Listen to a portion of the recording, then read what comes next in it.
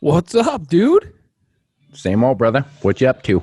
Oh, same old shit, man. Just got home. I was actually working today. Weirdly enough. Yeah. Fishing season's over and you're working. Yeah, it's fucking weird. No, it wasn't that bad. I was helping out a good buddy of mine, Chris, working at the taxidermy shop. So I'll be helping him out over there a little bit. And I was skinning some deer heads for him and hopefully going to pick up a little bit more of the trade. Do a little bit more side work. Yeah, man, I don't even care about getting paid. I mean, just learning the trade, something to do. Maybe I can get off the boat someday and get into taxidermy. I'm kind of into it, I guess it mean, would you're be. halfway there. You're doing the skulls. That's So it. why not go full blown balls deep and just I go don't know. taxidermy? Yeah. Or just learn, just a trade and kind of maybe be a little bit of help and something like that, I guess. Yeah, I feel you, dude. No, Whatever. it'd be fun. I think it'd be a blast. Absolutely, bro. 100. So how you been, bro? How was you went down to deer camp? Yeah, we went down, spent Thanksgiving down at camp on the North Carolina border. Nice. The old lady popped another doe, so we Had topped a off the girl. freezer. And down there, they have designated doe days due to the way they run dogs. So they have to limit the amount of does that can be taken. She got the doe on Saturday. Sunday was not a doe day. And I saw probably 15 of the suckers. Damn. But it was so freaking foggy. I'm in my one stand that I can see 200 yards in every direction. Yep. But the fog was so thick, I could only see about 45 yards. Uh So I feel like nature cheated me on that hunt, but Damn. did You've been see getting deer. cheated the whole way around, bro. It's is what it is, man. That's the game. That's part of the chess game. That's the truth to that, man. Everyone has those years, those humbling years. It sucks and it's definitely not easy. It's a big slice of fucking humble pie sometimes. And I'm not worried. Like I said, I have achieved all my goals for the year. At this point, anything extra is a bonus. yeah, dude. I couldn't agree with you more, man. Do I want to go out and tag a couple of bucks? Absolutely. We all But do. you know what? The goals I set forth at the beginning of the year are checked. Yeah, Anything from here is a bonus. I'm totally with that, bro. I mean, even if I didn't shoot my big buck this year, I think that it would have been a very successful season to me. You know what I'm saying? Smoked a couple does. The wife got her first deer, which kind of came out of nowhere, but Which was badass, by the way. but it's just one of those things. Like I talk about this with a lot of people all the time, and it's between the Euro shop and just being around a ton of people in the outdoors is just like it doesn't really matter what you shoot. Like whether you shoot a 200 and something inch deer or you shoot a spike horn, like it doesn't really matter. It's all about like the camp, like being in Yep. deer camp, like we had been in Ohio and Right. you know all the other trips that we do constantly. I mean, like that's what makes the season, bro. Like shooting something is just a bonus to us. Oh, yeah. And everybody, everyone gets caught up in that bullshit. It's the camaraderie, man. If you But can't sit and bullshit and have a good time and walk away from camp with no meat and not be happy, you did deer camp wrong. yeah, I'll say it right here, right now, loud and proud. If you leave deer camp with no meat and you're unhappy, you did deer camp wrong. that's truth. End of story. There was I met a guy today, shot a really nice buck. I wish I knew his name. I'd shout him out, but he shot a piebald buck today. It was probably Awesome. one of the biggest piebald bucks I've ever seen. Honestly, he's probably 120, 125. Real nice, big piebald buck. And we were talking about it and how everybody gets caught up in the bullshit of just who shot a bigger deer and this, that, and the other thing. And it's not all about like, he was happy, but he was even happy if he shot a smaller. He didn't really care. It was just that it happened. And if it happens, it happens, but Oh, absolutely. I'm as excited for a 110-inch buck out here as I Mhm. am for a 200-inch buck. My freezer's full, so anything I get, I'm happy with. That's the truth. And, a lot of people get caught up in the whole bullshit, like I said, about the big deer. Like, all right, there's this one dude that I know that I used to be friends with, so on and so forth. And he would come into the Euro shop or my buddy's taxidermy shop, and he'd pick up every antler and he'd look at it and be like, "Why would somebody ever shoot this?" And we'd be like, "Because it's his first fucking deer, bro. Like, why? Why do you have to be like that?" And then, like I titled the show that we just posted on YouTube, I couldn't go, okay, Trev kills a doe or whatever, because of the way you framed it. Just watching through that, and you reiterated it over and over, and we preach it. If it gets you excited, shoot it. Oh, and that doe was like one of those things like, dude, it's first light, and I hear, and she walked out in front of me. I'm sorry, but you're getting it. Like, I don't really care. Like, and it was a beautiful doe, and it was incredible meat. Yeah, it was perfect. And I was after finally watching through that footage and watching how that panned out, dude. It was a hunt. I feel so bad for you setting that bow down and having that buck walk by. Yo, so like I have had nightmares of that scenario so many times. It's so when that thing had all happened, like, so I put the bow down, and all I hear is, I'm like, what the fuck, dude? Like they're upwind of me, and I'm like, what is going on?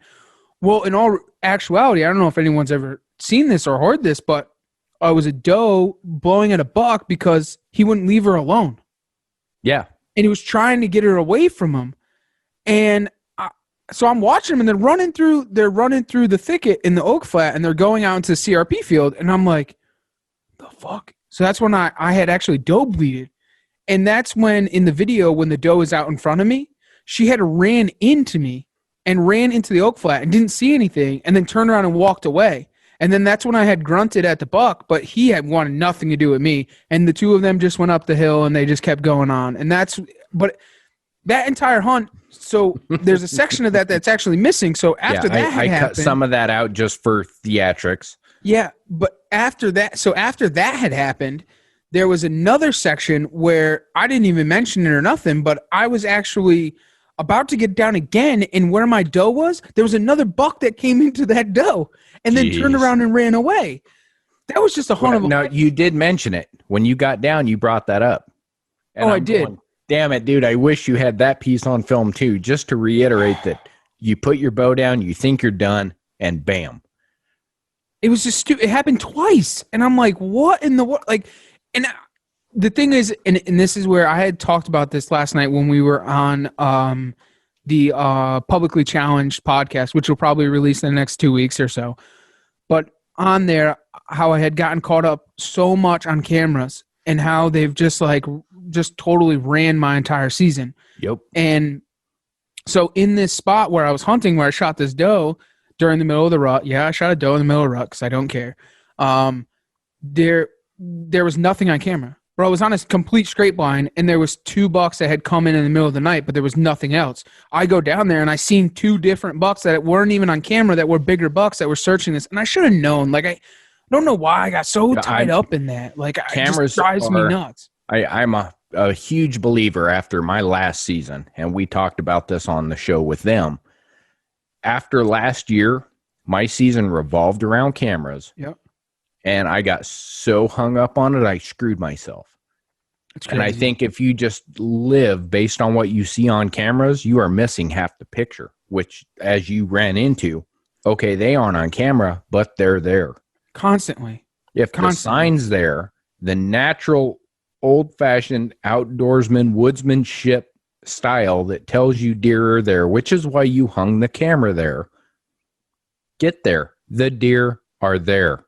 100%. Big buck may see that camera one time, and he may walk behind it for the rest of the time he walks on that property. So irritating. There. And big deer have a way of doing that. They will evade cameras as soon as they identify them. It's crazy. I don't know how or why, but they do. So you cannot rely on cameras when it's hunting season. They will avoid them. It's nuts. I mean, it totally ran my entire season right into the ground here in Connecticut, to be honest. Maybe because I was just like, no, I'm not seeing anything, so I'm not going to go in there. And then I would go somewhere else where I thought maybe they would be, and then you see nothing. Bam, right there on your camera, right in front of your stand. I give up, dude. cameras can go out the window, to be honest. Like, Yeah. you know, it was good intel, but it wasn't crazy intel. It's great intel, but nothing tells you the truth like on-ground sign. So Most true. recent information on site, and you're not going to get that unless you get in there to see. Yeah. And I mean, you know, going back to like, you know, why this whole YouTube video thing was just like, go out there and shoot, man. Just hunt like you should, you know, whatever tickles your fancy, man, just shoot it, you know, like going back to what I was saying about the kid that came in and would take the horns and be like, why would someone shoot this? And then he'd pick up his own horns and he'd be like, this isn't my deer. My deer was way bigger. Like, bro, you're thinking the whole wrong realm, bro. Yep. You're not in it. Like, it's so irritating to me. And people, I think, and as the season progressively unwinds, right, and we get deeper into it, there's more and more people that get sucked into this. Like, I didn't shoot the 150 that I was after. Who the fuck cares? Yeah. It's always next year, man. If he makes it through, that thing's going to be a 170 next year. Or it's a 120, it's going to be a 140. Who cares? You just learn and just move that on to the next season. Like, stop getting caught up in those big horns. Why? Why do we need big horns? You know, listen, and there's a lot of trophies hunters out there, man, and I'm all for them. I think it's the greatest thing in the world, man. If you can dedicate your whole entire season and be in those areas where those big deer are. Like, me and Steven do not live in those areas. No. We are not in those areas. And I will, they're here. Don't get it twisted. Those deer are here. We have them on camera. Both of us do. Both of us hunt big deer, but we don't have the numbers of big deer that a lot of people do. Like the guest that we have on today.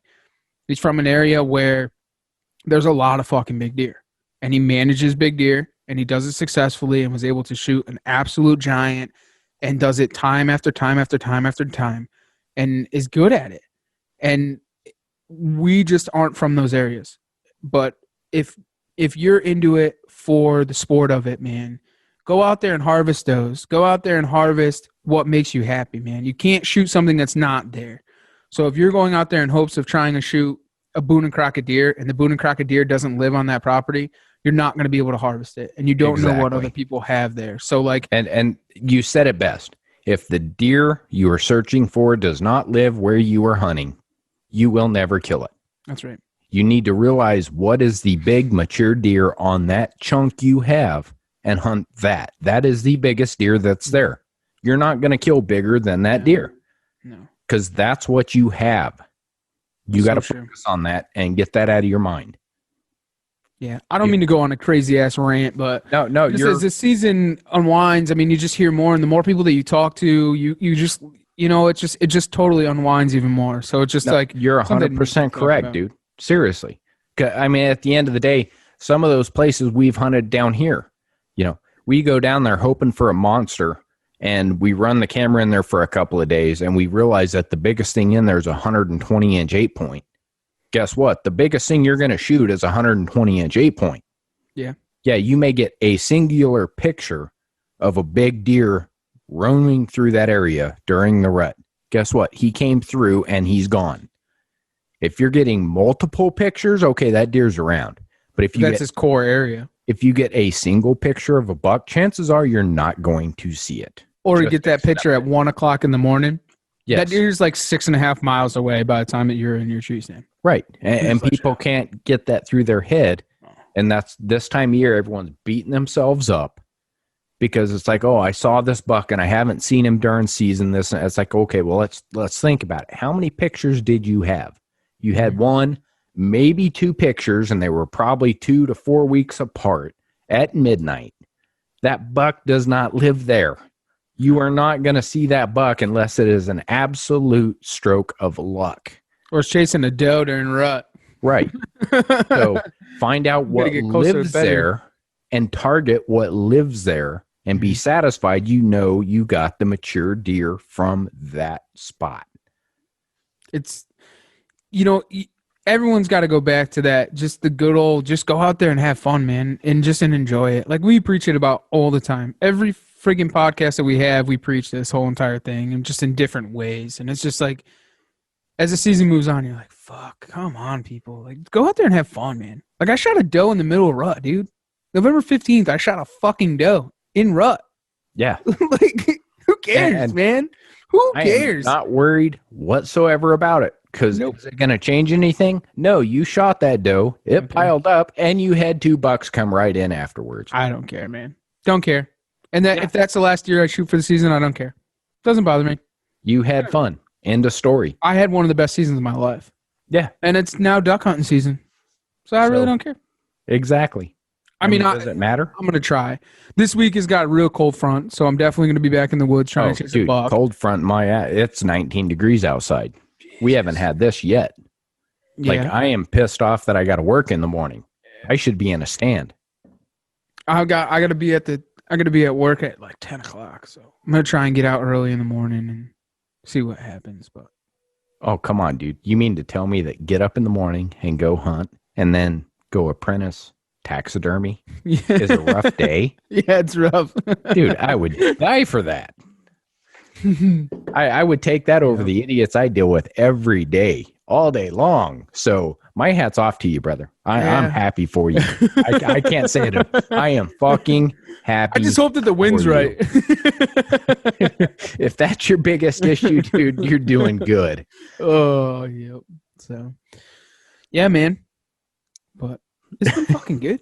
It's good, man. It's duck season. That's Life is good. Look at this. Life is good. I got this new tumbler. Ooh. How's that? Yeah, where'd that come from? That came from Timber Tumblers. Oh, snap. Yeah, man. I'm super pumped about it. I got one for my boy Danny, who owns Ducks on the Bay, the kid I hunt with all the time.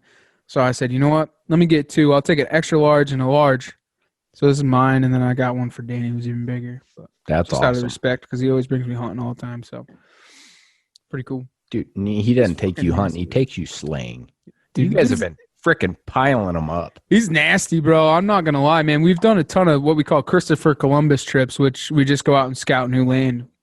We had hunted in Mass for a while, and dude, we piled them on. I shot a really cool bird, which is called a Northern Race Eider, and it's got a big black V underneath its chin, which is like, they say it's a cross with a king, but I don't. The more research that I've been doing, it's called a Northern Race or a Belizeus eider, which are pretty odd. So I'm going to end up getting that one mounted. I'll get a dead mount with that one. Well, I guess that's as close as you can get to the king, right?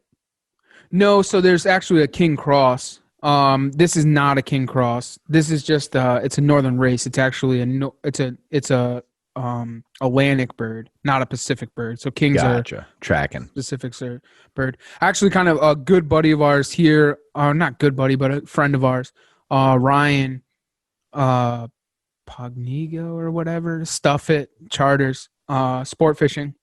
He just shot a king eider, juvie king eider Drake, actually in Rhode Island this week, which is fucking pretty badass. No kidding. Which that is a specific Pacific bird, which normally is they shoot them a lot in Alaska. Yeah, I was gonna Washington. say you don't see that on this side of the coast. No, you hear about like 3 or 4 of them a year, like Massachusetts, Rhode Island. You'll hear about them, like a guy will shoot one or whatever here and there. So you'll hear about 2, 3 of them that get shot. So it already started the first week of season. Guy shoots an immature juvie, which is pretty badass. I'd do anything to shoot one of those birds because that bird would cost me a lot of money to be going out west to try and shoot. So yeah, definitely. Pretty cool. So we've been on the birds. They've kind of started to migrate down. A lot of them are in Massachusetts, starting to see them in Rhode Island, and Connecticut has a lot of juvie birds, so not a lot of adult birds yet, but the push will start to come and things will pick up as they go. It's real early in the season. So once we get these cold fronts and these storms and stuff, we'll start to push them down. But we've been hammering the past couple of days, and we got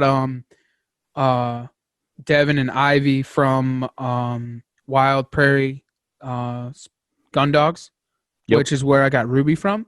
Yep. And which is my, for you that don't know, is my Fox Red pointing lab. It comes from North Dakota. So they're coming up to bring 3 more dogs, or 2 or 3 more dogs. Steve Mardick is going to get one. Ghost is going to get one, and then I have a third buddy that may or may not be getting one. So they're coming to deliver those, and they're going to come and hunt with me the 12th and the 13th, so next week. That's awesome. Well, that third dog, if they don't take it, you can just ship it down here. Just saying. Yep. So they always have puppies. So if anybody's interested, there's always puppies But you definitely need one, Steve. It's almost time for you to get a puppy, don't you say? I have been fighting it off for a long time. Currently, our tentative agreement, I say tentative, is once one of my 14-year-olds go, we'll replace it with a good shed dog. That's awesome. So we're just kind of hoping that, I hope I have 10 more years with the dogs I have. But when one of them goes, we'll go ahead and pick up a shed dog and we'll go that route. I might know a place, bud. Well, you saw what happened with Kim and Ruby up in Connecticut on the fishing trip. So I'm just saying, if it comes up that it needs a good home. You're not taking mine. No, I love that dog. Smart as all hell, man. I'll tell you, Devon raises a good line of dogs. I haven't been more happy with the puppy, to be honest. So smart, intelligent, great hunting dog, great drive. I've never seen a dog like that in my entire life. As far as like out of the box, smart dog. Like I didn't even teach her how to lay down. Right. I didn't even teach her. I just say lay down, the dog lays down. Sit. She just learned it on her own. She doesn't leave my side. Every time I say come, she comes. I mean, it's just, I don't know how I got so freaking lucky, because my last couple, not so much. But it's just good genetics. When you get a dog that comes from a line that is just that smart, it's almost seamless. You don't have to fight it. No. You just have to reinforce it. Yeah. So I got to start messing around with her with ducks and this, that, and the other thing too. I need to spend more time training there. Maybe I should stop hunting and start training. But spring's coming, dude. Spring's just coming. Kidding. But speaking of, should we like turn it up a little bit? Yeah, dude. Crank it. I can hear it in my ears. I think we ought to spread it.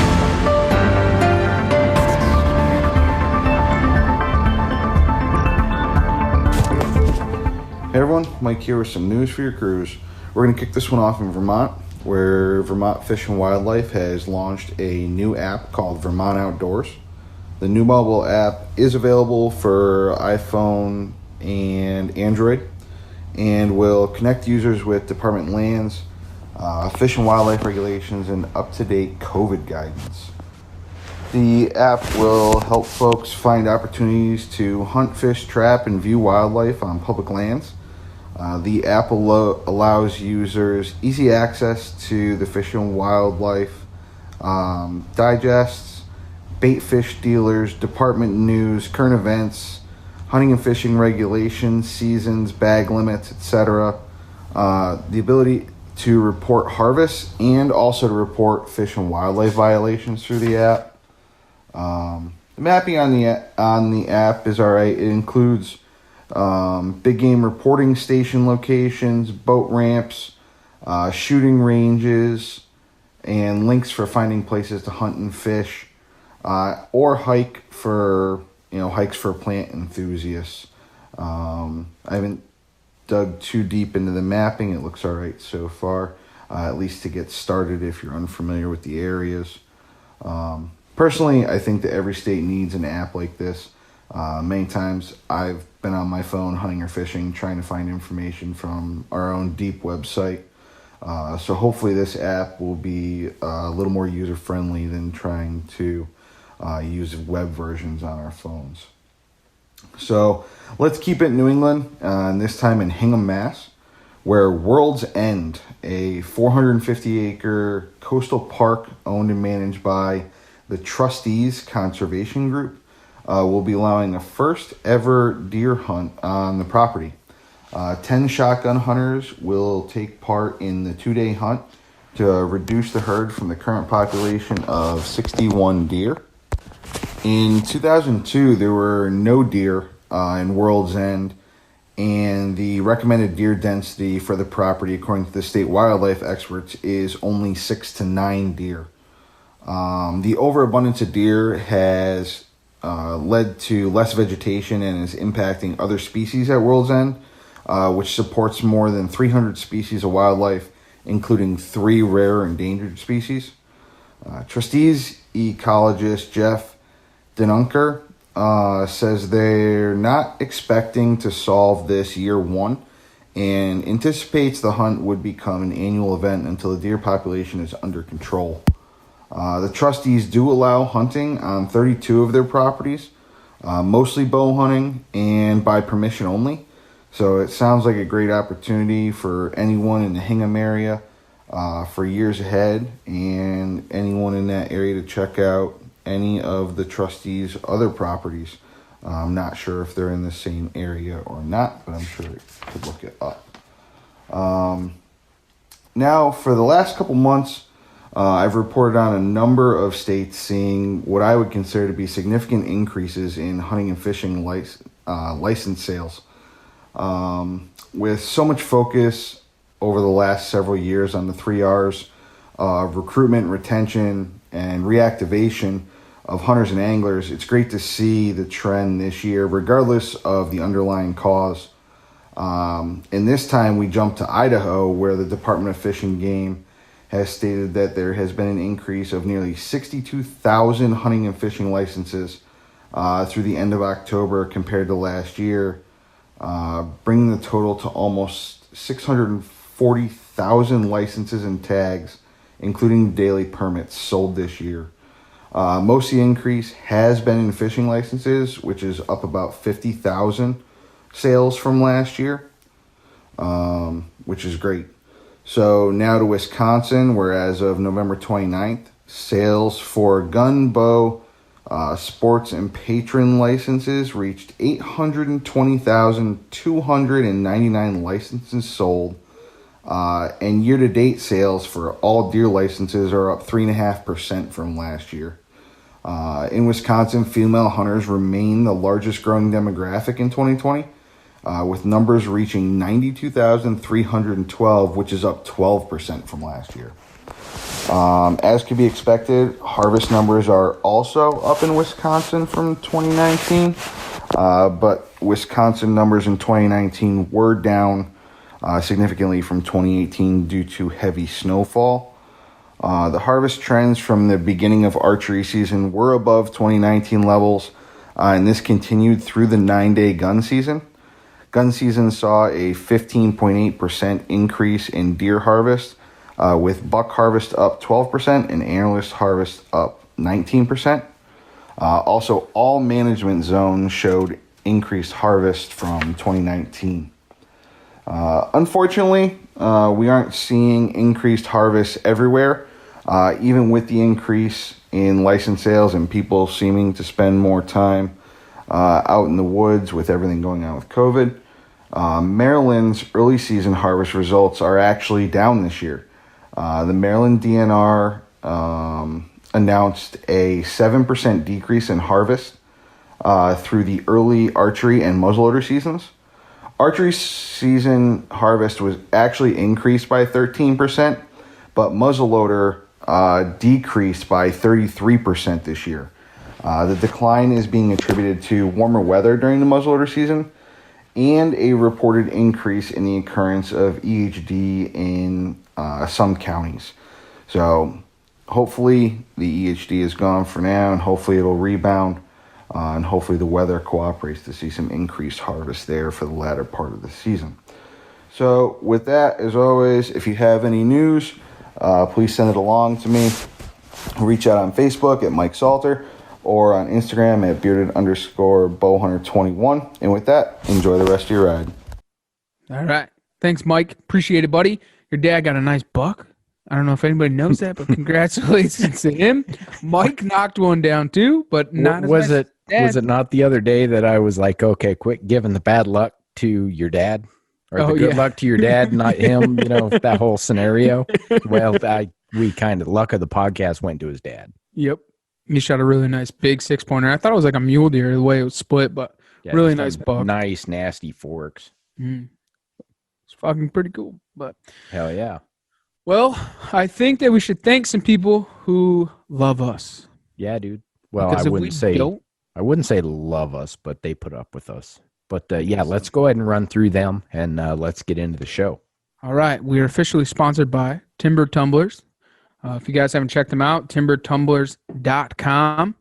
You can find it on theoutdoordrivepodcast.com, or it's actually theoutdoordrive.com. All of our sponsors are on there. So if I fuck them up, you can find them there. Timbertumblers.com. Wild Edge Inc., the leader in mobile hunting, wildedgeinc.com. Nor'easter Game Calls, nor'eastergamecalls.com. Get them in close. If you guys haven't seen it, there is the new Little Ridge Runner, which is about to hit for your turkey season. Pretty cool thing that Steven had and Mark has recreated it. So if you guys haven't seen that, go and check them out there. Also, Broadside Camo, broadsidecamo.com. They are the photorealism with the Ascender series for all you aerial hunters. Wicked Twisted Bowstrings.com. Wicked Twisted Bowstrings. Yeah, it's not wicked and twisted. I do that all the time. Wicked Twisted, brother. Outdoor Drive 10 on that one. Save 10%. They make the custom BCY and Bloodline strings for all your needs. You can order them online and have them shipped to you. Also, out on the Limb MFG.com. That's Out on the Limb Manufacturing. They are the place that fucking makes everything. And that's the truth. They make camera arms, platforms, all your saddle hunting needs, and also your tree stand needs also. And that's about it. That's all of them. You can check them out. They'll be on the bottom of the website there at theoutdoordrive.com. If you guys haven't been there, please go there. Check it out. Check out our new website and some good stuff on there. And also, if you guys haven't already, go over to the YouTube page. Make sure to hit the like, subscribe, notifications. Also, we got some cool stuff that's coming in and out constantly. The Ohio Bucks on there. We just put on another one. Steven has a couple on there. I have a couple on there. And you can also watch the podcast here. If you guys are listening in your ears, you can go to the YouTube side and you can see our pretty faces. You can actually see the voice of the... I was going to say, don't say pretty faces. We'll say pretty voice, bad face. Yeah, and you can hear the... you can see the face of the... what did Johnny call you? No, let's not even get into that All shit. right, I'll leave it alone. For props in Johnny's favor, he wanted to go with Steve the Magnificent. Yeah, that's what it was. Magnificent Steve. That's right. But I'm not a whole... it sounds too magician-y. Just yeah, but it's perfect for a rabbit. Pull a rabbit out of my ass. Like, let me pull a 150 out of my ass. We know that can be done. So we were there. No. So if you guys haven't, go and check out the YouTube side. And also, if you're listening on iTunes, please give us a 5-star review. You can just give us 5 stars, and you can give us any shitty review you want. But as long as there's 5 stars, that would be greatly appreciated. Yeah. Other than that, guys, appreciate it. Help us out on social media, please, by tagging us in your kills. We've had a ton of them. Jim and his niece. Good old Abby. She knocked down a nice one. So if you guys haven't seen that, it's on the Instagram page. But tag us in your stuff, guys. We want to see it. We want to share it. We want to show everybody, and we want to congratulate you personally. That's what we want to do for you. Anything. I don't care if you kill a fucking rabbit. Tag me in it. I want to see it. So true story. Wouldn't you agree? Yep. I love seeing that stuff, man. You shoot a spike horn, whatever you see, whatever you shoot, tag us in it. The size doesn't matter. Tag us. We're going to give you props. Yeah. It got you excited. You pulled the trigger. We're happy for you. I personally want to congratulate you. So let me do so. Tag me in it. All right. Well, what do you think, brother? Yeah, let's do it. Get into some growing deer? Let's manage some deer here. You guys are going to hear about a fucking giant. All right. Well, let's bring Ryan on and make this thing happen. Let's do it. All right. Nice shot.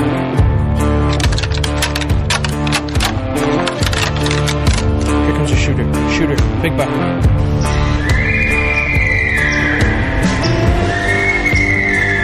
Stack.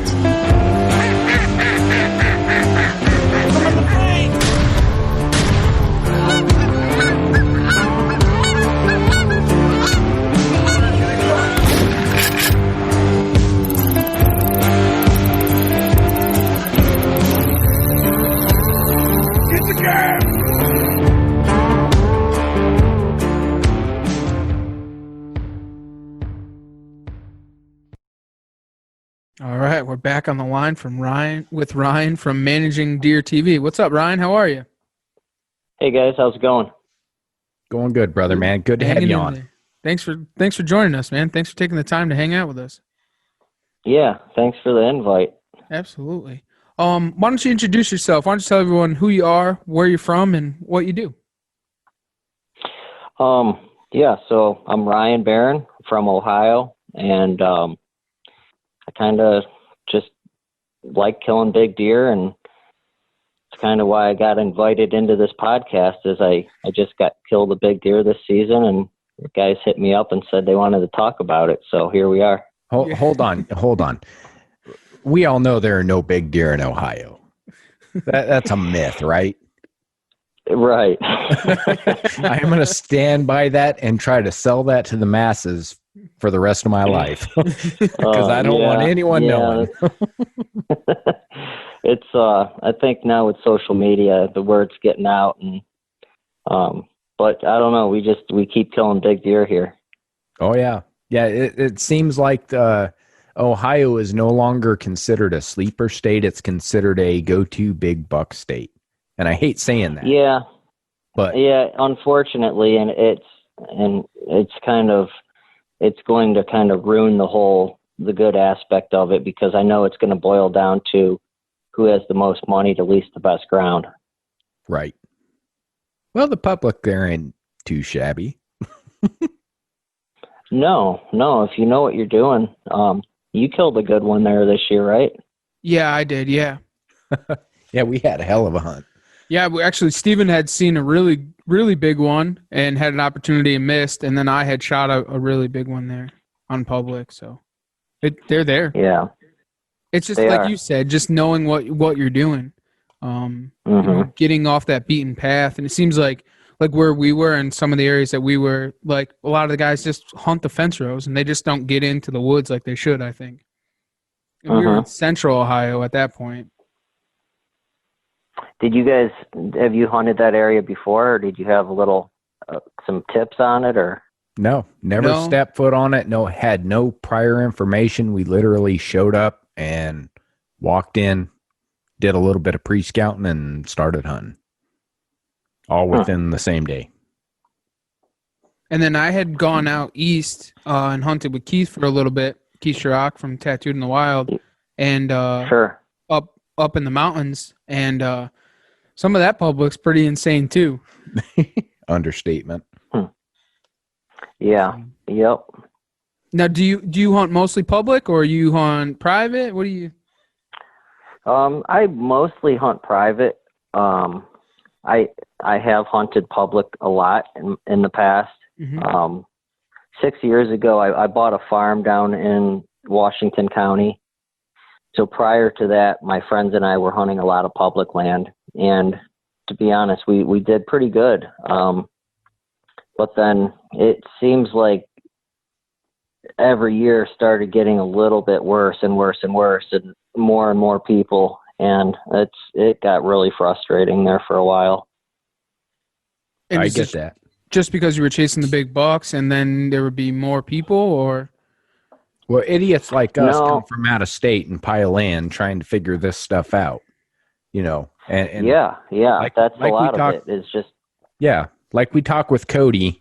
So the buck that Trev got, Cody, a kid we met up with there that actually helped us recover the deer, had been following the buck Trev got for quite some time, but we were fortunate that he was ecstatic to come help and wasn't negative against us for being the out-of-staters that showed up and hit one of their target bucks. So right, we are literally the example of what you ran into. Yeah, and it's fine. Before it got publicized a lot, it was 10 times better, though. I can only imagine. Yeah. Especially down there around where Keith lives. That's like the Pike County, Illinois, hot spot of Ohio. And it got publicized a lot in magazines and stuff. And just literally in a couple of years, it blew up, and every other car was from a different state. And you almost couldn't hunt any spots unless you pulled off somewhere where there wasn't even a parking area. Right. And they were just when we were down there, I mean, like they had all the little campgrounds and stuff, and we were driving through there, and there'd be 1 million people camping. Mm-hmm. And there was none from Ohio. Like there were no locals from Pennsylvania, right? Or they'd be from Maine. A lot of Pennsylvania. That I did notice. A lot of them Pennsylvania boys came down. Yeah, the PA is actually getting to be a lot better than it was too. There's a lot of nice deer coming out of PA now. Oh yeah, you get right there on the border, that southwest side of PA, and it's really starting to pick up. Mm-hmm. I think they're just still in your guys' genetics. Well, I don't know. People need to start going to PA more, I think. I like that. Let's push it. I'd have to agree. Let's push it. Everyone go to PA. We'll have to go shoot some bucks up there and show them what it's all about, I guess, right? Yeah. So with buying your farm in the Washington County, I mean, did you start with doing a lot of the food plots and stuff there, or you have other farms, or is that? Yeah, I do. So I own a couple farms. I have one up here, and I had that one down there. And it's the one down there. The first year I had it, we killed 2 mature deer off of it, and I'd have to think about it. I think the second year or the third year, we got hit with some EHD, and it was a farm where the bucks didn't usually stay on my property during the summer. So they were off in crop fields and stuff. And then literally October 25th, they all came back. And right. That year it's like, man, where are they at? All I'm seeing are little deer here. And it was pretty rough, but you still had those deer that traveled pretty far, and you'd get a few big ones here and there.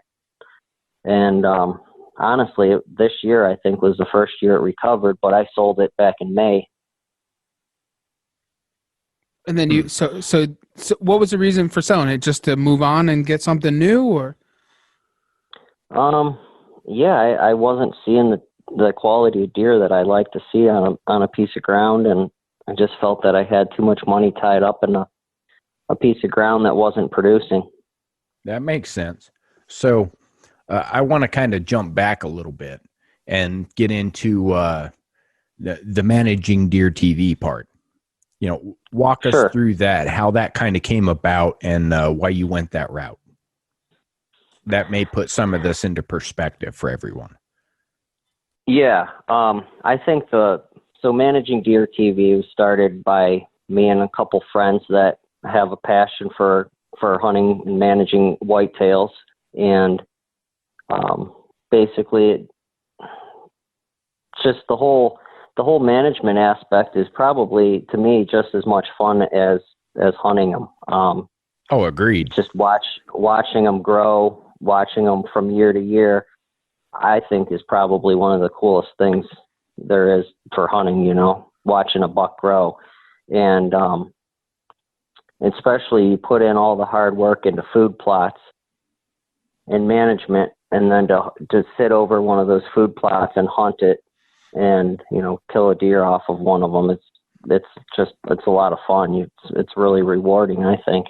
Oh, absolutely. So like this year, I've been working on the backside of my farm to get food plots established for 2 years now. This year we got it in, and it was all set up, 2.5 acres of food plot. And we were actually able to pattern and set up for my wife to get her first archery buck. And if it hadn't have been for the setup, putting some of those native grasses on the outside and creating funnels in there and getting that buck to come in at 30 yards on its natural pattern, it wouldn't have happened. Mm-hmm. So right after doing that, I'm 100% sucked in. I think it's a blast. Yeah, it's a lot of fun. And there's 2 main things that deer like, and that's habitat. I think trumps everything. If you have the best habitat in an area, you will always hold one of the most mature bucks in that area too. And then if you can bring in food on top of the habitat and give them 2 of the things that they need, you're golden. Right. I agree. So with like you getting rid of the Washington County, like what are you looking for in a property when you're buying a property? Like when you're going to buy a farm, like what are you looking for to try and, I know it's obviously might not have food plots or something, but is there something that you're actually looking for when you go to look at that property before you go in and start managing it? Yeah, obviously, like I just said, cover. You're not looking for a big, pretty oak woods that, has huge trees. You'll still kill big deer in those woods during the rut and stuff, but other than that, you're not going to be able to hold them there. And for me, I like to be able to hold those deer and watch them grow all year. And the farm that I have up here, I'm able to do that on. So you're looking for more like bedding ground with the hardwoods and so on and so forth? Yeah, I mean, a good mixture of ag and bedding, and hardwoods are good because on a heavy oak crop year, when there's a lot of nuts, it's hard to pull those deer out of there. Right. Yeah. So then they're stuck on there. Yep. You on the bedding, the cover, the food, the water, and everything they need. They got no reason to go anywhere else. Right. So that farm in Washington County goes back to, like, I had good cover there, but I did not have ag fields that were close by. So those deer would get pulled out, a mile, half a mile away during the summer, and that's where they summered. Gotcha. So you could have the potential of losing those deer by them not being on the farm. Right. Mm-hmm. Gotcha. So when you're looking at properties, like say once you sold that and you looked for the replacement, what were your key factors? What did you need on that property that you were going to buy next? Well, I haven't replaced it yet, actually. I've added on to my home farm recently, Okay. but I haven't replaced that property really with my next big hunting property. All right. That's a tough question because there's so many things that come into play. I mean, like I said, cover's good. Neighbors are a big part of it. That's what I was hoping you were going to say. Yeah. So that's the one thing I've discovered, especially here in Virginia, is you can buy the most pristine property with absolutely everything you could ever want. But if your neighbors are not willing to work on a deer management program, they're going to shoot everything that comes by. You will never grow big deer. Nope. And that's kind of what I hoped you would touch on. So thanks for doing that. Sure. Yeah, that's what I don't think a lot of people realize. But those 3-year-old deer that have good genetics and are on a piece of property, you're just trying to hold those deer for like another year or two. And I hate to say it, but those 3-year-olds, those really nice 3-year-olds are so tempting for a lot of people, and they end up getting shot, and they're the deer with a ton of potential. Oh, absolutely. And they're the ones that get the genetics to the next one. Exactly. You let a deer like that make it to 4, 5, 6 years old. Not only is it going to be a giant, but it's now created 3 generations of potential giants behind it. Right. Yep. So when you're doing food plots on your farms, like what kind of food plots are you doing? Like what are you doing? What do you do to start? Like, in the early spring, the summer, like what are you doing and what are you putting down? Well, so up here in Northeast Ohio, it's pretty wet. So what I tend to lean towards is green and grain. So I like to have basically the smaller plots in clover. They're 365 days a year nutrition for deer. Clover is super easy to grow for people. You don't need a perfect pH to grow clover. It'll grow in wet soil. It's pretty drought tolerant, and deer love to eat green clover all year. So is that and what then you do like with majority of your plots are clover? yeah, they are. The smaller 1 acres or less are clover. Gotcha. Now, do you stipulate between red clover and white clover, or do you go with like the exotics like the New Zealands or anything like that? Do you have a preference? I usually plant the Whitetail Institute. Okay. Yeah, it's a mix of red and whites, if I remember right. Yeah, it's a blend that they've created, and it seems to work well for me. Awesome. So on your bigger plots, what do you like to do? Soybeans. Really? Okay. And how big would you say is like a big plot? So, my big soybean plot is 5.5 acres with another 1.5 acres connected on the one side. So it's a total of 7 acres. Wow. Gotcha. I think that's real. Soybeans are hard because if you have a decent amount of deer, you're not going to be able to grow a soybean food plot any smaller than 2 acres, 3 acres. Yeah, they'll just wear it out. They'll wear it out. I mean, you'll attract deer and you'll have them throughout the summer, but they're not going to have enough pods in order to hold those deer all year. Okay. Gotcha. Now, for the soybean fields particularly, so your clover is 365. That comes up and holds on the soybean side, as that's usually a spring plant running into the fall. Do you tend to use any winter cover crops? So yeah, you get a lot of use out of soybeans as well. So we typically plant them in May, and the deer will be on them through March. So you almost get 365 days out of soybeans as well. Wow. Okay, so you're putting up and leaving them standing. You're not harvesting them. You're not doing anything like that. Right. You're just letting them stand. No, they're 100% for the deer. Gotcha. Mm-hmm. And it sounds like a lot, maybe a lot of money and everything else, but what we typically do, we use soybeans that come off of a farmer's field the year before. Gotcha. And you can pick those up for pretty cheap if you just buy them out of the farmer's bin and replant them.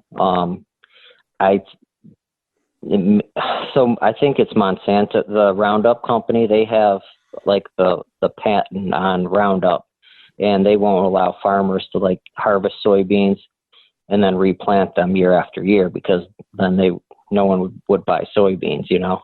Right. The farmers would never have to buy them. Yep, exactly. But they will grow, unlike corn. Okay, explain that. So you can go to a farmer, buy beans out of his bin, inoculate them with some inoculant so that they have the bacteria in the soil that they need to grow, and you can do that by drilling them in, or if you don't have the equipment, roughing up the ground, disking it up, broadcasting them. If you're going to broadcast them, you probably want to go double the rate, because you're not going to get 100% germination off of that. Right.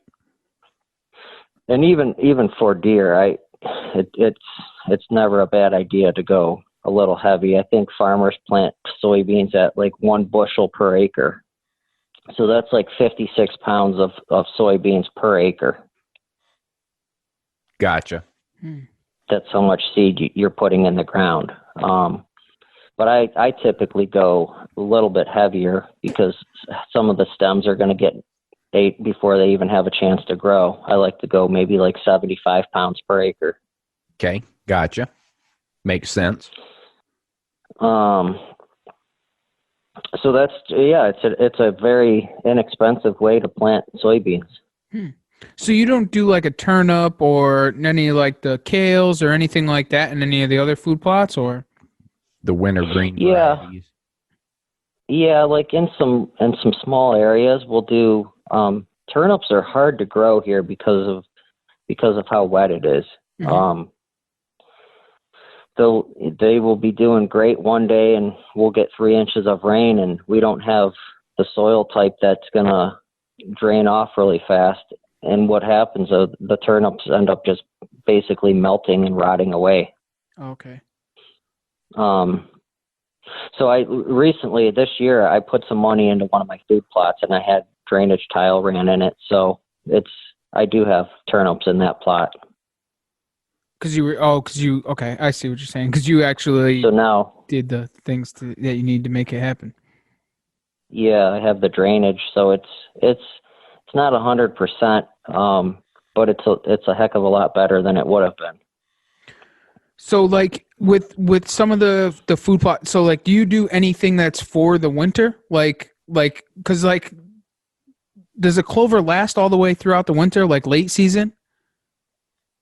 Well, so we're getting pounded with snow here today. Oh jeez.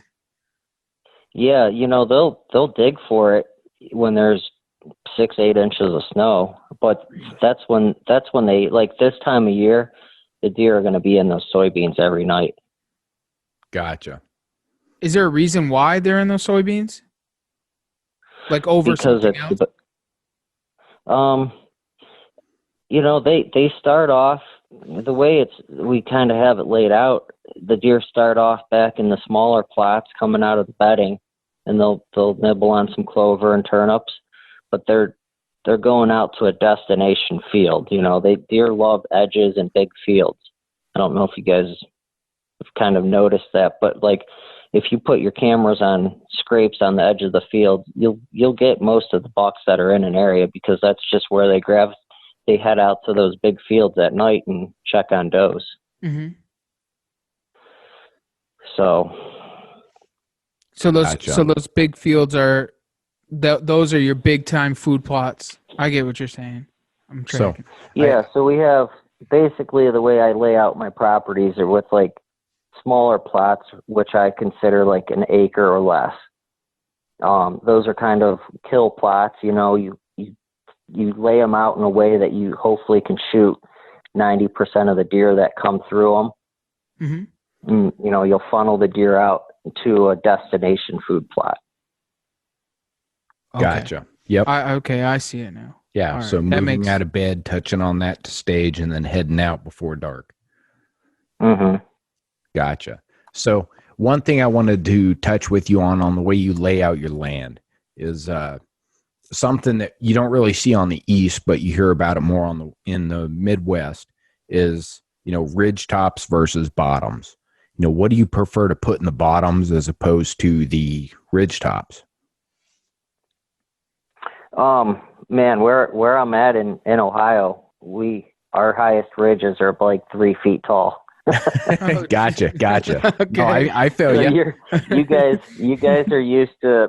are probably used to Southern Ohio where there's ridges and valleys. Up here it's flat, and it's tough. Gotcha. So there's really no differential. It's more of a positioning the plot in terms of, a feeder plot, a staging plot leading into your ultimate destination food plots, as opposed to, right. Bottoms in the early season and ridge tops in the late season. As you're trying to either get in or out of cold weather. Right. Gotcha. See, where we're from, so I'm from Connecticut and I live in the mountains, and Steven's from Virginia and lives in the mountains. So that whole like flat terrain thing is a whole new beast for us. Like when we had gone down there and tried to hunt, like, and you find these little tiny woodlots that are like 10, 15 acres, and then the rest is ag, like we were lost. We were completely lost and had no idea what to do. And, we would get into the woodlots and just like go as deep as we possibly could, try to find bedding and just hunt the bedding because that's what we know. We never really hunted the fence rows like it seemed that a lot of people did down there in the flat terrain. Mm-hmm. I mean, is that like some of your techniques, or how do you go about doing it? Say that again. How do I like, go about hunting what? So like if you're hunting like so like obviously like where we were hunting was like small little woodlots. Are you hunting inside the woodlot or are you hunting on the field edges? So like you're obviously hunting on your food plots, right? Yeah, the woods. Again, like up here in northern Ohio, we have some pretty big timber blocks, and we don't really have small woodlots here. Okay. We're looking at 2,000-3,000 acres of woods in one block of, with roads around it. So they're all pretty deep blocks. Okay. But then you have your field edges and stuff like that. I guess it depends more. Like this time of year, I like to leave the deer alone, let them hang out in their bedding. Going into late fall when they're focused on food again, let them bed where they want and just try to kill them out of the bigger fields. Okay. Gotcha. And then what would you do more like you said, when you guys were here back around Halloween, I think bedding areas are great spots to hunt. Just get right in them as deep as you can, right? Yeah, that's where the big bucks are. Gotcha. So as we're approaching the late season, getting into the nasty cold weather, the loss of green vegetation, they're starting to shift to hitting, some of that, the briar and the twig stuff. How do you tend to hunt them? What's your preferred method, I should say, especially having food plots available to you? Do you look for a certain situation or condition, or you just kind of run it off the hip based on, say camera information or what? Yeah, I spend a lot of my time now just running cameras, watching them, and hunting. I mean, 90% of it is done before I go in to hunt a particular deer. Gotcha. Unless you're in that 2-week period during the rut where anything can happen. Right. I get that. So you shot your deer early season? I did. Yep. So Opening he was day. on opening day? Jeez. Yeah. Well, in Ohio, that's a short season. Hold on. So why don't you take us through that? How that all occurred? Like you had him pretty much pinned, or we call that good planning. Holy crap! Opening day, like you shot a 200. What did he end up scoring? He scored 227 and 2.8. Jesus Christ! Probably would have broke 230, but on his death run, he ran into a tree and broke one of his drop tines and. What? Yeah. Yep. Okay, you got to walk us through it. So, all right. So the story kind of goes back a couple years, honestly. Take us back. Take us back. I'm into this. This deer shows up as a 2.5-year-old, and he's sporting a 13-point rack.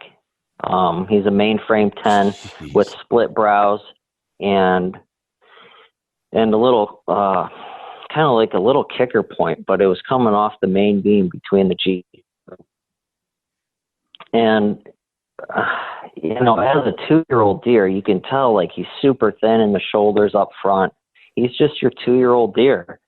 And I'm like, man, I've never seen a deer that young have 13 points, especially, around some of my areas. So I'm like, well, that's going to be a great deer one day. I told several people, I'm like, that deer will be huge one day.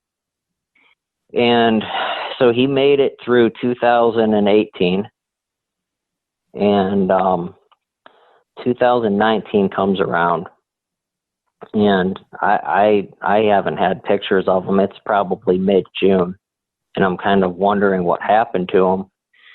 And we set up a lot of mineral sites on our properties, and that's where the cameras go, throughout the summer. We got trophy rocks out, and I remember Trophy Rock came out with a new product called Cherry Bomb. Right. And I got my hands on some of it, and I dumped it on one of our mineral sites, and that deer literally showed up that night. Okay, let me put a quick pause in the story. So that's something we haven't really gone into a whole lot, is like mineral sites. And that's something that I do on one of the properties down here. What does mineral bring to the game? It brings what they're lacking in the soil. Gotcha. So deer crave,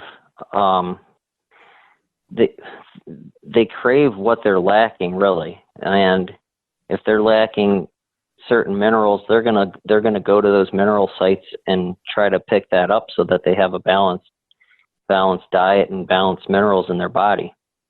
Okay, so with mineral itself, do you see that adding mineral to a property increases growth, or do you think it's more of a sustainer to allow natural growth? Because I've heard it debated both ways. Me personally, I think it sustains them to grow naturally, because they're only going to eat as much as they naturally need. They're not going to sit there and bulk up like it's a weightlifter at a protein party. Right. Yeah, it definitely keeps them healthy. No different than us taking vitamins every day. I think it's kind of the same thing for deer. Gotcha. Okay, so I'll step back from my interruption. Please carry on and continue. I just had Okay, so where were we? Going into 2019. So I picked him up that night on that mineral site, and he was probably halfway through growth then, I guess. And he looked really good, but had no clue what he was going to be that year. Gotcha. So he finished that year. I kind of thought he was mid-50s, from trail cam pictures and everything. And then I had a good encounter with him on November 12th last year.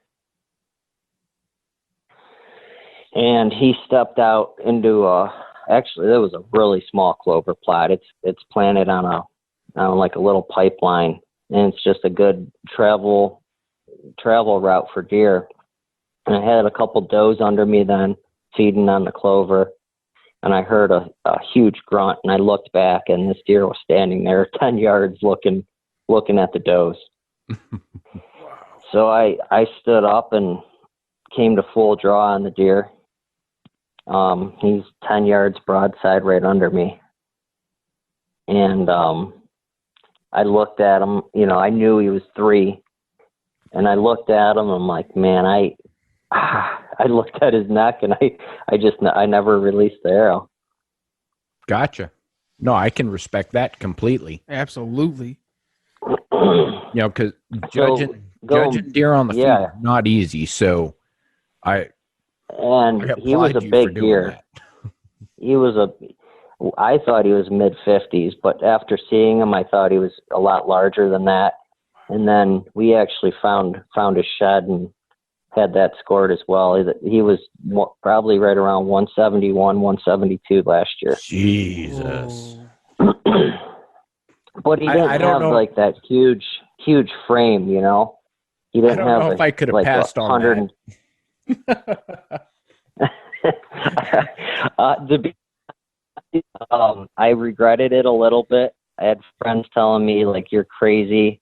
That's a deer of a lifetime. He's 18 points. He has a drop tine. Like, you're going to regret it.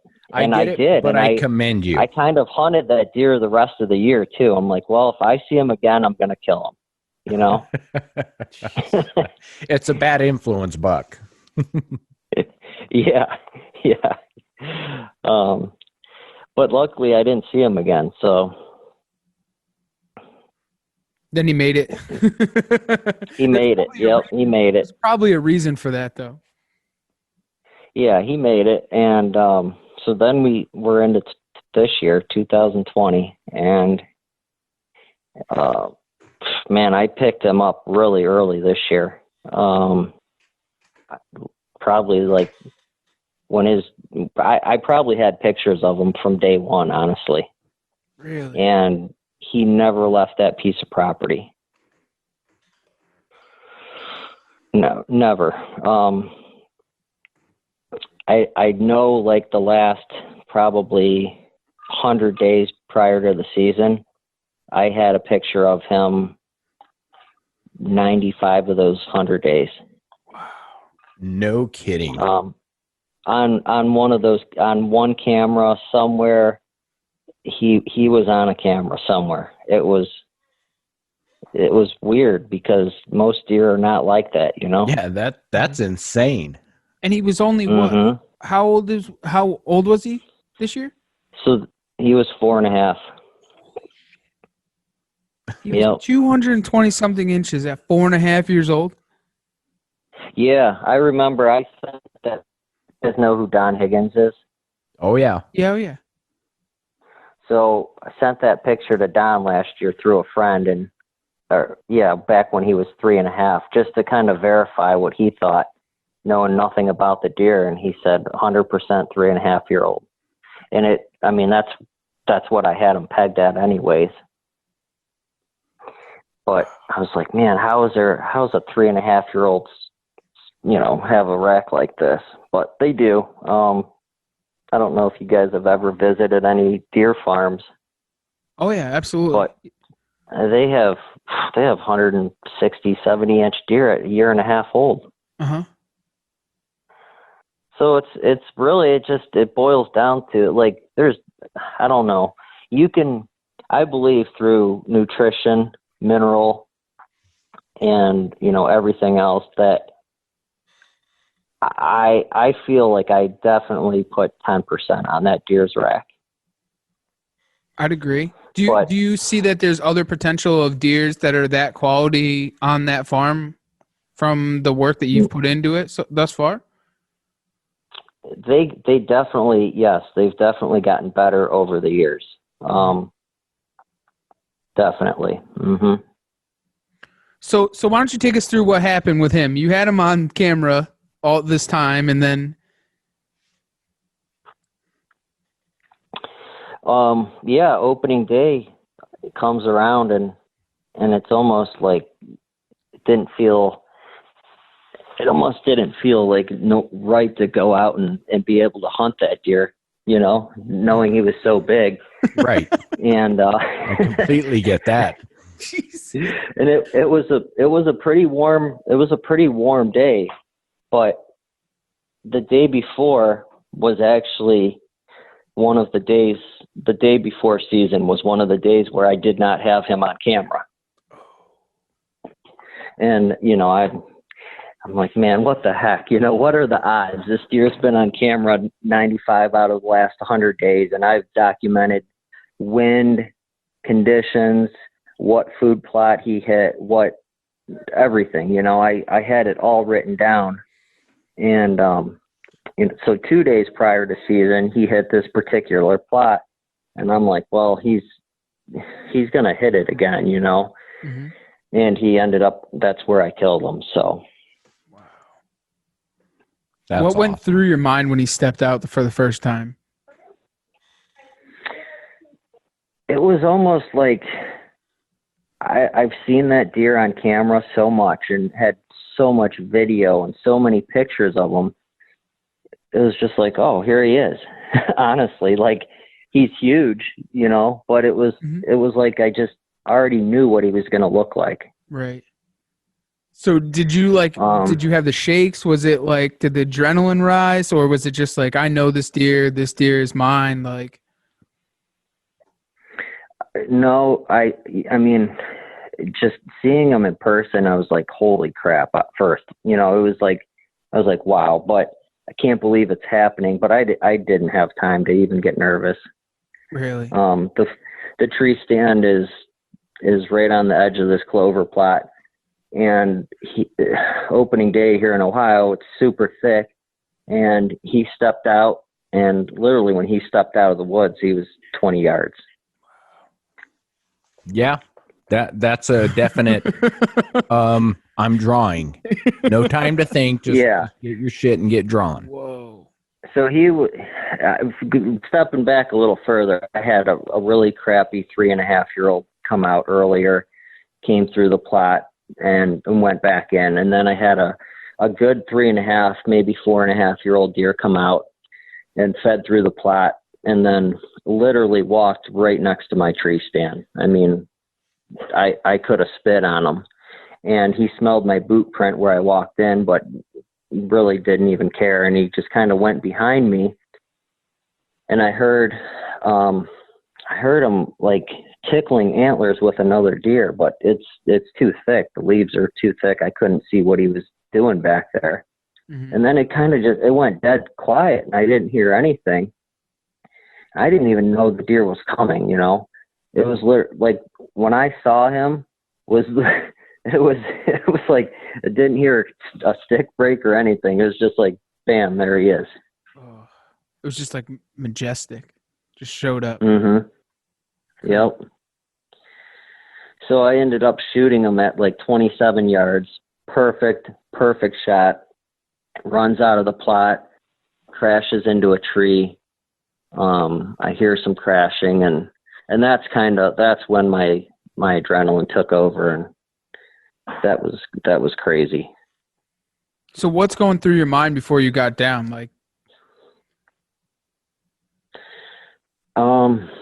Like worst case scenario, honestly, like I knew I put a great shot on him. I heard a crash, but here, you know, I'm in the back of my head, I'm like, well, maybe that was just him running stuff over and he really didn't crash. And just started doubting myself, honestly. I know the feeling. I mean, I've killed, you know, I've killed a couple other really, really good deer, and a lot of really respectable deer. And for some reason, I couldn't figure out what to do. I didn't know if I should climb down or sit there, or I kind of just blacked out for about a half hour. You just, yeah, I understand. Absolutely. I understand. It's just, you start to doubt yourself and not really, I mean, I don't know. I've never killed a 220 something inch deer, but I could only imagine where you're just kind of lost. I actually didn't think, again, I didn't think he was 220. I didn't even know if he would break 200 when I shot him. That was the crazy part. I know my guess on him was 193 to 195. Wow. And I shared it with a few friends, a couple of my close hunting buddies, my dad, obviously. And we were kind of all like, yeah, he's right there, you know? Mm-hmm. But then when I found him and saw him laying there, it definitely grew. I mean, I looked at him, I'm like, that deer's 200 inches all day. Wow. That's incredible. Ground growth is an amazing thing. Whoa. Yeah, and then we ended up scoring that night at like 214, and I was way off on something. I mean, I've scored a lot of typical deer before, mm-hmm. and just I did not have it right for. So when I got him officially scored, it kind of blew my mind again. Wow. Jeez. That's crazy because I'm like, man, that's like a lot over 200. I'm like, this is a big deer, man. So now, do you feel like you could just hang it up now that you've just accomplished like the goal of all goals as a whitetail hunter? Yeah, obviously, yeah, definitely have. It's probably a goal that everyone wishes that they could accomplish in their lifetime because, mm-hmm. But there's, you know, I'll shoot a 140-inch deer next year. I don't. That's what I wanted to hear. It's not that, you know, I would love to shoot a 170, 180 every year, but I can't find those deer every year. Yep. You Reality. hit the nail on the head. So in the intro we had talked about you can't kill the deer that aren't on your farm. And like you have to just hunt the mature deer that are there. And I think a lot of people, they always have like this big ambition that they're going to shoot this absolute giant, but you can't shoot what's not on your farm. Right. You just have to take those mature deer as they come. And I have a lot of farms that I hunt. And I usually do find a good deer to hunt. Something that's like, 150 or better. But again, those deer, I don't know, especially up here in northeast Ohio, they're tough to find. Really? Or are you just saying that because it's you want to keep it a secret? Is that what you're saying? Yeah, if you're looking for big deer, go to PA. I like it. I'm with it. Good call. No, I don't know. Obviously you came into Ohio and you killed an awesome deer. What did that deer score? 166 and 5/8. Yeah, I don't know. You made it look easy, I think, because they're tough to get on, man. Yeah, I mean, I don't know. I don't know. I can't really answer that. I personally put that up to the East Coast hunting style versus the call them the Middle East, based on some people, because some say Ohio's not Midwest, some say it's East Coast. We call it Middle East. So it's the Eastern hunting style taken to the Midwest. You take tactics we got to use out here in this crap land we have, and you apply that in land where there are big deer, and you're going to come on big deer. Right.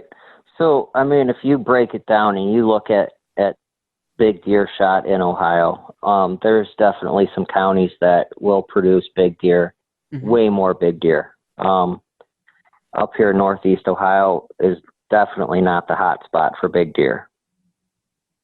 What is the reason, do you think, for that? Age probably is probably one of the biggest parts. The blocks of woods just don't, there's people that can access them from every different direction. You get down into more of like central Ohio, southeast Ohio. There's some huge blocks of timber down there, and the terrain definitely will help that as well. I mean, you get into some of those really steep parts and you got a deer bedding on a bench. In gun season, especially, deer get driven around everywhere. And there's areas that are so steep and so nasty with briar bushes and stuff. Guys aren't walking there, and that's where those big deer lay. I see what you're saying. And then they can get an extra age or 1 or 2 years on them to grow that huge rack. Where up in the where you're at, they can get access from wherever, and they're just going to get driven out of there and shot at, whether they're 3 or yeah. I totally get it. Unless you're like someone like you that's managing them and being able to keep them in one area. I get now. I start to see why you want to keep them in that area. Yeah, and that's probably the biggest part of it. Is I used to think that you could really, I mean, you can do your part. Don't get me wrong. Like, you can pass a deer and hopefully shoot that deer next year, but it's tough. And you don't know what the neighbor's going to shoot. Like we were going back. Deer are deer, and a buck will walk a mile every day. Absolutely. I mean, we try to manage deer here on these smaller plots, but the thing is, like, I got a good friend of mine that lives down the road, and he's been managing deer for a while, or trying to anyways, and has a ton of food plots and puts in a ton of work and does very, very well with it. But you get the Orange Army that moves in next door, and that deer that's 3.5 that he's trying to hold off on gets whacked instantaneously. I mean, some of his spike cones go across on the next property and get whacked on. Right, exactly. So it's very East Coast hard to species. manage those deer. And you see, for some reason, like this year, like obviously, like I do a little bit of taxidermy. I do Euro mounts and stuff, and a lot of big deer got shot this year, and I don't understand why. And the age is like there's a lot of older deer that came in this year over years in the past, where like normally on a normal year, a lot of 3.5-year-olds get killed. I mean, piles. So what state are you what state is that? Connecticut. You had a lot of big deer shot in Connecticut this year? Yeah, a lot of big deer shot in Connecticut this year. And I think there was a lot of big deer. Yeah. There was a ton of big deer shot in Ohio this year. Really? Yeah, that's really a trend this year everywhere. There was a 260, a 250, some 240s, 230s. I don't know. That's just not really a typical year, I don't think. I agree. It's funny that you say that because there has been like Ross Bigger. He's from Illinois. Yeah. I think he's from Illinois. He shot a 200. I've seen like 5 or 6 different 200 shot this year. So yeah, if you want to see big deer, I don't know if I'll give out where they're all at on the podcast, but I'll share with you guys where you can see a lot of them pop up on social media. Okay, absolutely. We'd love to check them out. You look at it and you would think there's a 200-inch deer behind every tree. It's crazy. Really? And it's just this year that you've seen that? Yeah. Oh, I mean, there's always big deer, but there's a lot like really high-scoring deer this year. Wow, it's crazy. We had a pretty light winter last year, and a huge. So the deer were like really spread out, and they had a light winter. They had low stress. You know, they didn't have to survive super cold foot of snow for a month and a half at a time.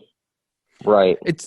It's kind of crazy when, you know, I come back with my Ohio deer that scored in the 160s, and you go back to you come back to the taxidermy shop to drop it off, and it's not the biggest deer, and there's like 4 of them that are bigger than it, and they're from Connecticut. Yeah, you're in a state that there's not known for big deer, and you've got people skunking you.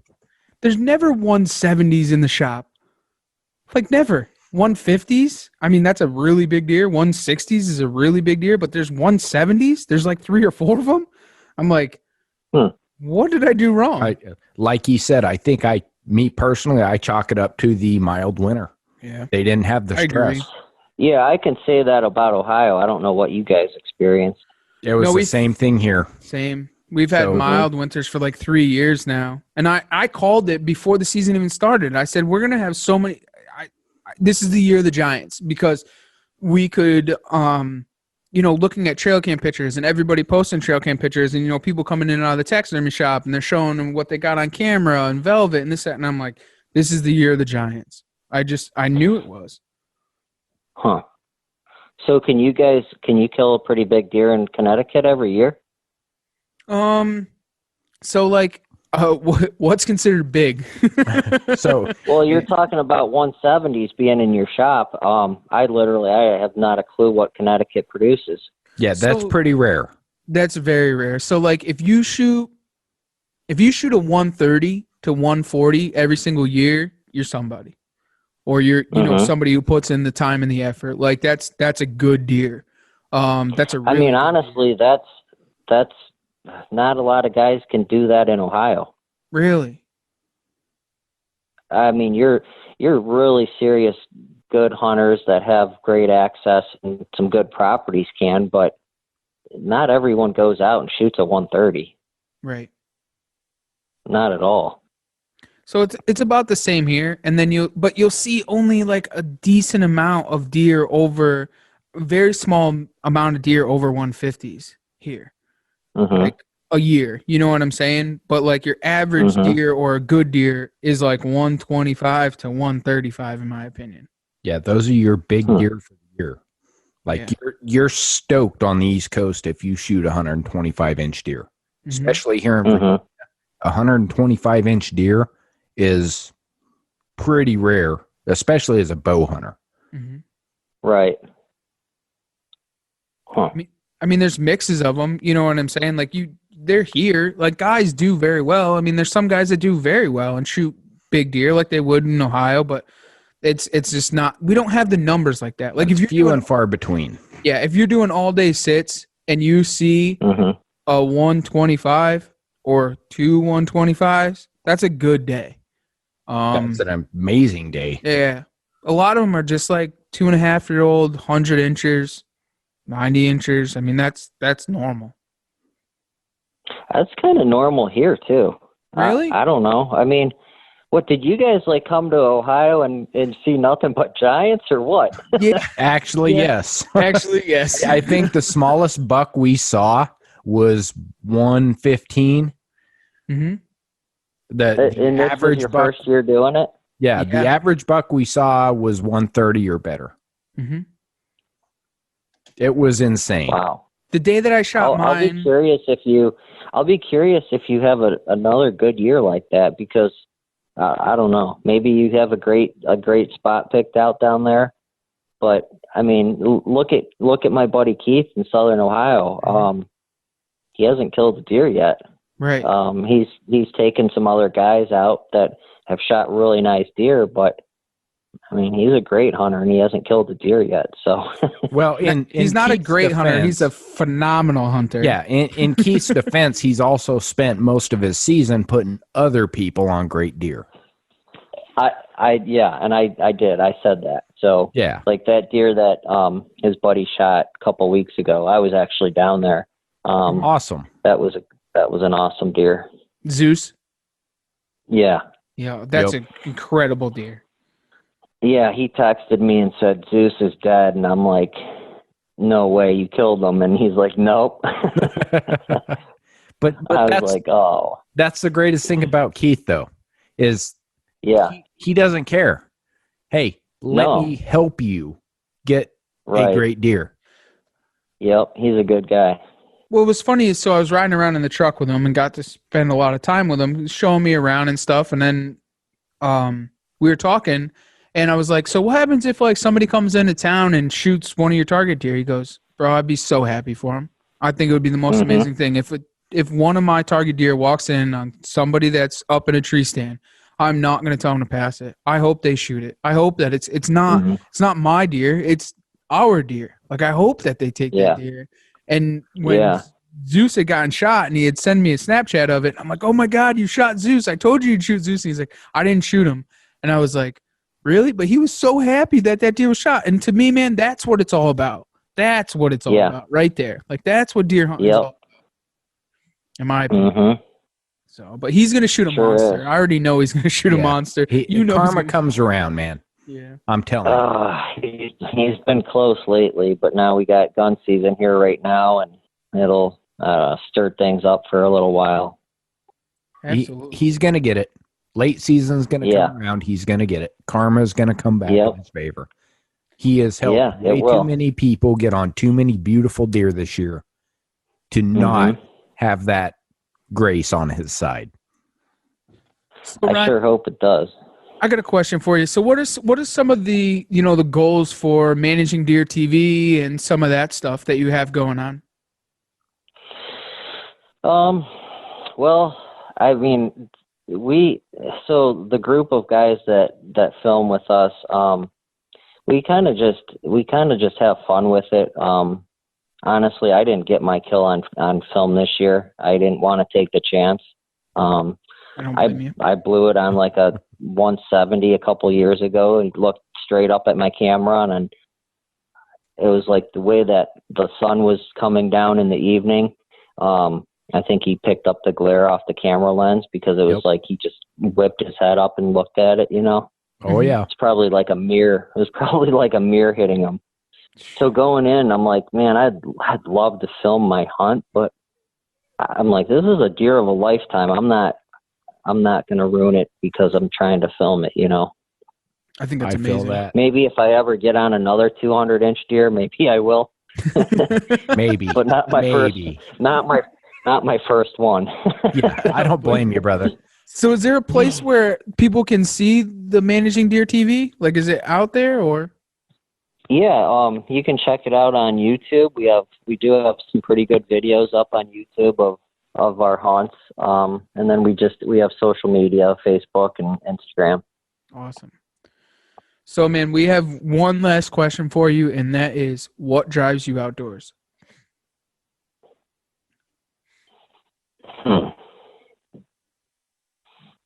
It's for me, it's that adrenaline rush after you shoot a big deer.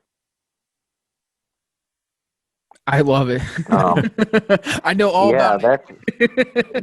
I think that's what keeps me coming back. And I mean, that's not the only thing, but that's one of them. I just enjoy being outdoors and just where it's quiet and you can kind of wind down and not think about everyday life, I guess. Mm-hmm. Absolutely. I don't know. That adrenaline rush is probably number one. I don't know if you've seen our videos yet, but if anyone's going to lose it, it's me. True story. True story. So you did get your deer kill on film this year? Yep. Yeah, I was lucky enough to get it on film, and like all came together. Like, so we had hunted. I had seen 4 or 5 different shooter bucks and just couldn't get it going. And then there was a little tiny 6-pointer that was right underneath me, and I was filming him. And then the one I ended up shooting came out and was making rubs and scrapes on trees. And I just turned the camera and started filming them, and it like all came together like it was meant to be. So it's all on film. Is it out there to watch yet? Yep. Yeah, it's on our YouTube channel, the Outdoor Drive podcast. So if you want to, I'll send you a link if you want, Ryan. Oh, absolutely. I want to watch it. Hell yeah. I appreciate it. Yep. Awesome. Well, I guess since we covered pretty much everything, where everyone can find you real quick, what's your guys' social media handles so everyone can reach out, find you, and follow you there? Yeah, so on Instagram, it's managingdeer.tv. Facebook, Managing Deer TV. Same thing on YouTube as well. And if you guys like our videos, I'd hope you subscribe to our channel by hitting that little subscribe button and give them a like and share them. Awesome. So everyone out there listening, please go over, check them out. Make sure you click subscribe, hit the notification bell, and give them the follow and follow along with them, catch all their information. And in the meantime, guys, just take everything you learn from this, because there's so much information piled in, and try to apply it where you can. We know food plotting and managing is hard in some places, but where you can, give it a try. It is well worth it. And in the meantime, we want to thank you guys for taking the ride right here on the Outdoor Drive. Get the gas!